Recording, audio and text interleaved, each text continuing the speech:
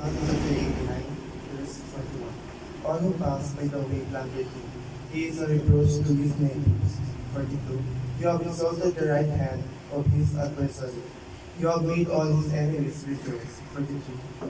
You have also turned back the edge of his sword, and have not sustained him in the battle. 44. You have made his glory cease, and cast his throne down to the ground. 45. The days of his youth you have shortened. You have covered him with shame. 46. How long, Lord, will you hide yourself forever? Will your wrath burn like fire? 47. Remember how short my time is. For my futility have you created all the children of men. 48.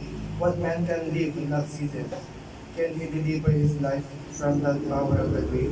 49. Lord, where are your former loving kindness, which you swore to deliver in your truth? 50. Remember, Lord, the reproach of your servant, how I bear in my bosom the reproach of all my many peoples. 51.